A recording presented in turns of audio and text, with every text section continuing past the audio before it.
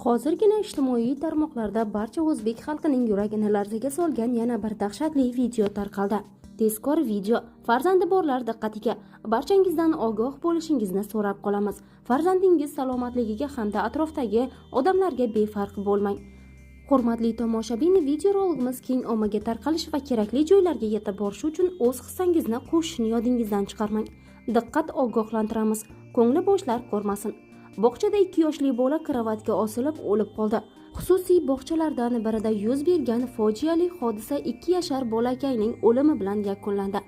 Rasmiy ma'lumotga ko'ra, bolakay 2 qavatli karavotdan qularkan, bo'yni karavot panjarasida ilinib qolgan.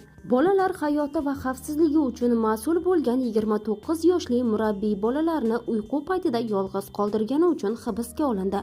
Hozirda mazkur holat yuzasidan jinoyat ishlari qo'zg'atilgan. Tergov harakatlari davom etmoqda. Maxsus xizmatlar bog'cha faoliyatini tekshirmoqda. Farzandingiz borayotgan bog'chalarda nazorat qay ahvolda? Bir xabar olib qo'yishni yodingizdan chiqarmang.